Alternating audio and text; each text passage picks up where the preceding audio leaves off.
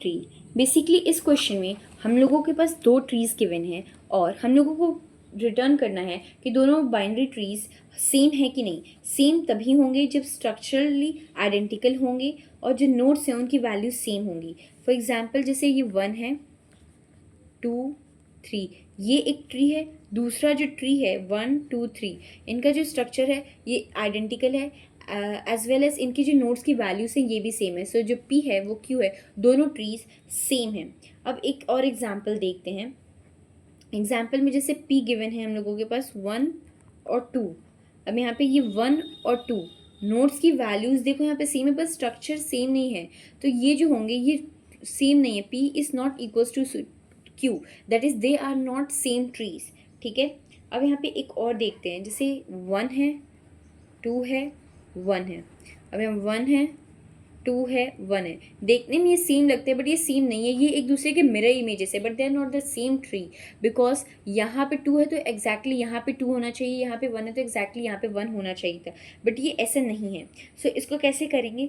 इसको करने के लिए सबसे पहले हम लोग ये इंश्योर करेंगे कि कुछ एज केसेस हैं। जैसे अगर P भी नहीं है हमारे क्वेश्चन में एंड Q भी नहीं है, दोनों ही नल है, तब भी हम लोगों का ट्री जो होगा वो सेम होगा। सो इस केस में हम लोग ट्रू रिटर्न करेंगे। ठीक है। अब एक केस लेते हैं कि P तो नल है लेकिन Q है। अगर P या Q में से कोई एक एग्जिस्ट कर रहा है, दूसरा एग्जिस्ट नहीं कर रहा है, अगर और या तो ये या तो ये, तब क्या करेंगे हम लोग? फॉल्स रिटर्न कर देंगे।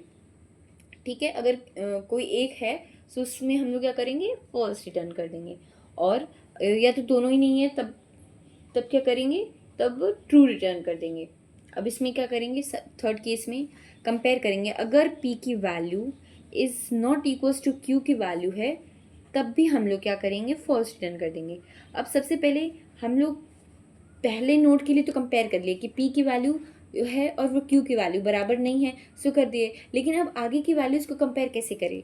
तो आगे की वैल्यूज़ कंपेयर करने के लिए हम लोगों को रिकर्शन करना पड़ेगा। रिकर्शन के लिए सेम फंक्शन जो हम लोगों के क्वेश्चन में है, इस सेम ट्री, उसको दोबारा कॉल करना पड़ेगा। इस बार उसमें रूट का लेफ्ट भेजना पड़ेगा। ठीक है। और अगेन उस फंक्शन को कॉल करना पड़ेगा और इस बार उस फंक्शन में रूट का राइट भेजना पड़ेगा।